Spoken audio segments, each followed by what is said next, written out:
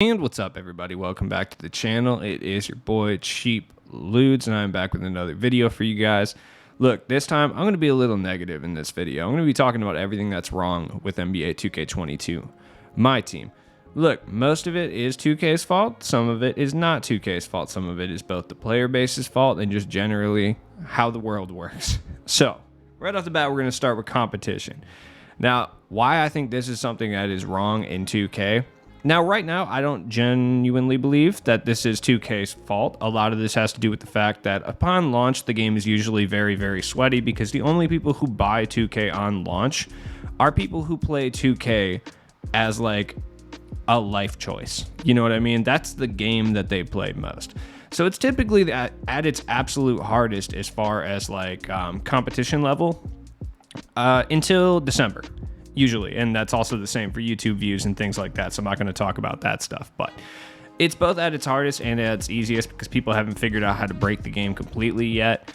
So one thing that's wrong with this is 2K implementing skill-based matchmaking. Like, that's kind of an issue. Like, in a different scenario, in a different game, so let's say 2K introduced a skill-based matchmaking system into 2K17, correct, right? Which is often regarded as one of the best 2Ks of all time. And I'm not going to even sit here and front with you guys. Like, this game is on par with 2K17 as far as like the content available and the game mode itself. Now, 2K17 I feel was a little bit more user friendly, and it was a little bit less about money. But at the same time, that's just because 2K hadn't gotten the creative directors that they got yet at that point, as far as my knowledge. And I'm talking more about the marketing aspect, not like the creative directors who actually craft the game. Most of those guys have either left or they're still the same, but it's more the marketing, the visual concepts guys, etc. But that's besides the point. Now, the problem I'm having here with this is that 2K, with the skill-based matchmaking and things like the agenda and how they're tying in the free content, requires an absurd amount of grinding. Now, here's the problem, and this is what turns off a lot of people from playing games like 2K in the first place, is when you add also that specific rebounding animation is horrendous. I just want to point that out. I hate it so much, and I want it to die. But when you have a game that's so focused on grinding, Triple Threat 100 is what I'm playing right now because it's a perfect summation of what I'm talking about. Like, when you have a game that is so like sweaty, for lack of a better term, it turns off casual players. And I know a lot of people like to think of themselves as comp players. Oh, I'm comp. First off, you never won a tournament, so shut up. You're not comp. Like, just because you got the Opal tier, like, you're not a competitive player. That's not really what we're talking about when we say comp. But comp also, at this point, just kind of means someone who's super sweaty and takes the games more serious than anything else in their life. That's kind of what comp means at this point anyway. But people don't really understand the casual to comp ecosystem, right? It's a thing. It's absolutely a thing. Like, as much as sweaty or comp adjacent players like to complain about casuals and skill gap and like all these other words they don't actually understand, they just say them because they sound good and make them sound like they're like really tight at the game or whatever. Not we, because I'm not a competitive player at all. I play this game casually for fun. I'm not a competitive player at all. I do not care if I win or lose most of the time. Occasionally, when I'm going for limited rings and stuff, I will sweat it out, but for the most part, I don't care. The one thing is, though, is you need casuals in the game mode. Like, you need a non-sweaty, just fun, win or lose experience, right? You need that, and we don't typically get that until December, and by that point, the meta has completely broken in this game, and those people are turned off of the game almost instantaneously. Usually they only last till like January, and then they go play something else because this game sucks and they can't win anything. That's kind of the issue that we've always had in 2K, at least since 2K19, and I'll explain why that is. We saw this same thing happen to my player, or Park. Not too far in the past, realistically. I mean, I think I'm not a really big Park head. I've never really played it, but from the people that I've talked to that really were in these Park streets hard, 2K16 was truly the last time Park was casually fun. And the reason for that was because of the explosion in wagering and tournaments. So people started taking the game really serious because there was money involved. And that's the same thing we're seeing with my team. My team is now the sweat mode, and Park is kind of reverting back to the casual fun mode because of the 250K tournament. I'm not saying that the 250K tournament is a bad thing. It's nice to reward people for like playing your game, and 2K giving anything back is just strange. But it has caused some issues in the mode. Every person thinks that they're going to qualify, even though you're not for the most part. And it's causing a lot of issues, especially in relation to the casual players, because why are they going to come on here and just get beat by 30 with a guy who's running 5 minutes worth of defensive settings? You know what I mean? No one cares about that. Like, for the average player, they're going to hop on, they're going to play one game of Unlimited and be like, okay, this sucks. Like, I'm not even going to try to get better because this just isn't fun in the first place. You know what I mean? It's not like a fun basketball game like basketball games used to be. That's not the case anymore. This is literally, you know, DBG likes to use the basketball Dark Souls analogy a lot. And it sounds kind of cringe when you hear it the first time, but he is completely correct. Like, completely correct. The fact that offline modes, especially on next gen, are so incredibly difficult for seemingly no reason is absurd. Like, Triple Threat Offline should not be this difficult. Like, it really shouldn't. And this is coming from somebody who wins 99% of my games. Like, it's not like I lose games of Triple Threat Offline, like, ever. Like, occasionally I'll be all blasted, not paying attention, and I'll, like, get swept out by a random team at some point. But for the most part, if I'm trying, like, I'm not going to lose. But it's just not fun. It's, like, hard. It's hard to score. It should not be hard to score in Triple Threat Offline. That is a huge problem. That is a huge red flag for the future of 2K22. Another thing I wanted to hark on, the card grading. I was so excited about this feature, and it does nothing. The reason it does nothing, though, is not because of the actual card grading. It's because 2K has an actual MT cap on games, 5v5 games, 1200. So what's the point in grading all your cards and getting flawless 9.5s when, like, it doesn't help you get more MT at all? It should at least provide something. Like, they should have done something else with the card grading service. It should have provided like a contract boost, perhaps. Obviously, getting rid of contracts would be ideal, but 2K would never. But it should have provided, like, if I had a flawless grade 10 card, the contracts that I apply to it should double. Or something. Just something of that nature that made it a little bit more worth actually doing this. In addition, it shouldn't just have an MT boost. It should have some other type of attribute boost attached to it.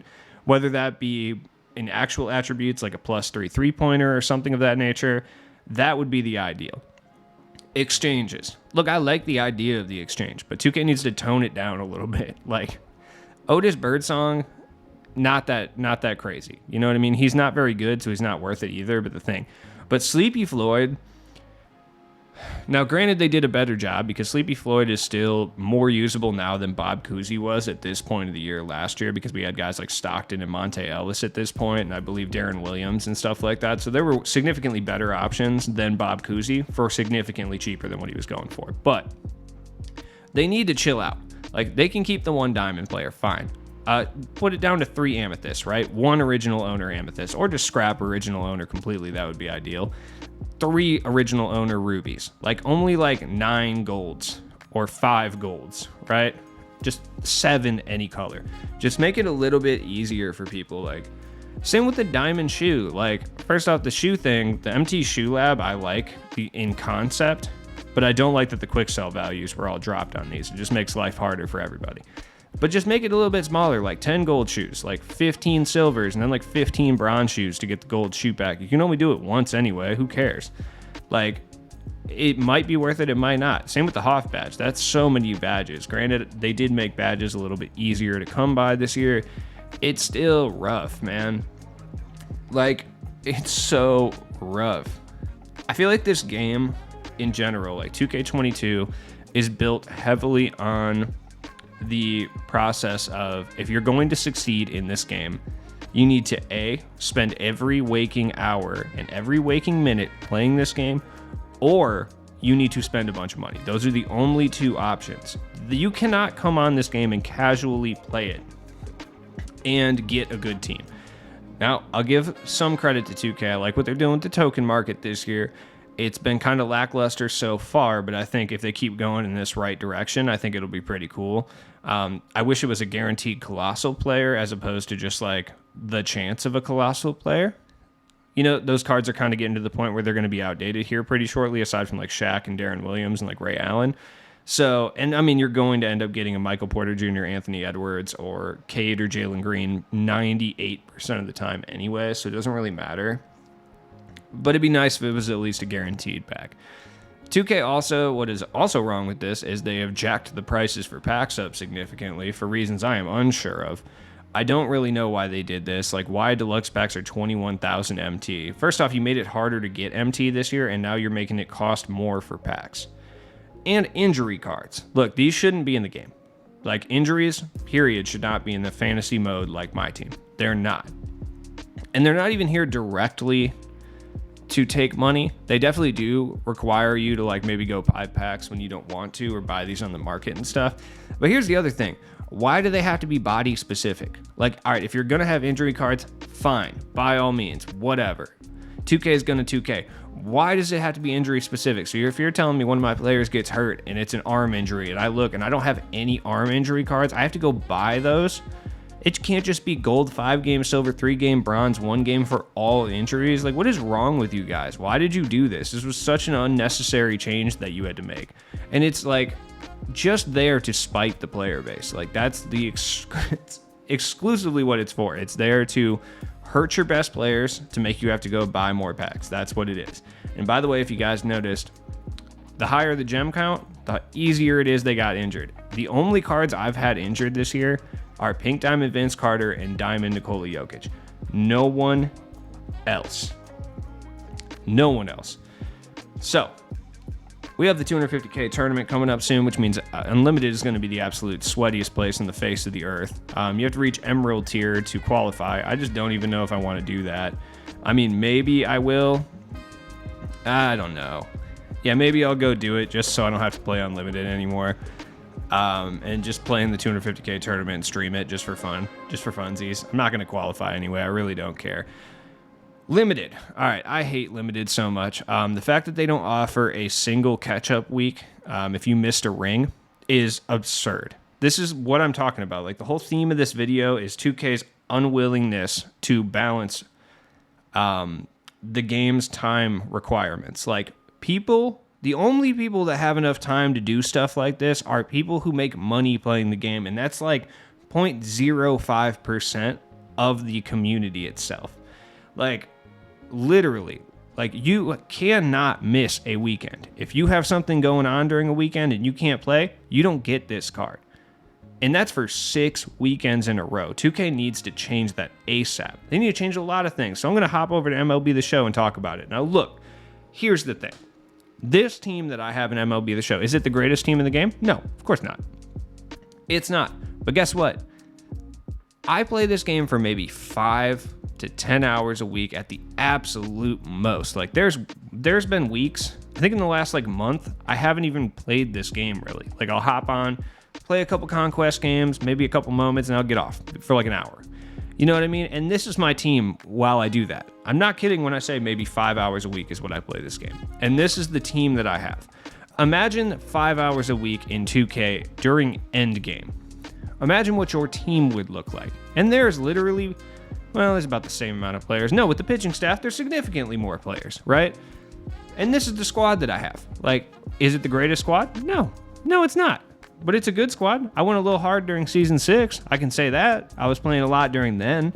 But, like, if I put the same amount of time into 2K that I put into this game, by the way, I don't play online at all. I haven't played online all year aside from, like, one time where I played, like, a 3-game set. And I was like, yeah, this is too much for me, man. I'm not here for this, you know?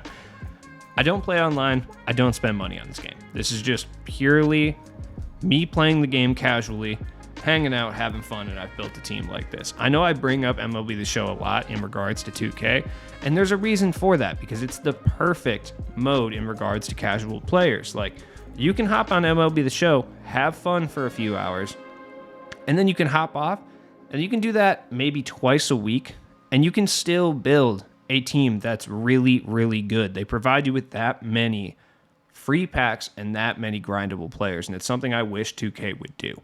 As always, it's been your boy Cheap Ludes. I'll be back with the center tier list later, maybe another video. I'm not entirely sure, so we'll see. But stay up, guys.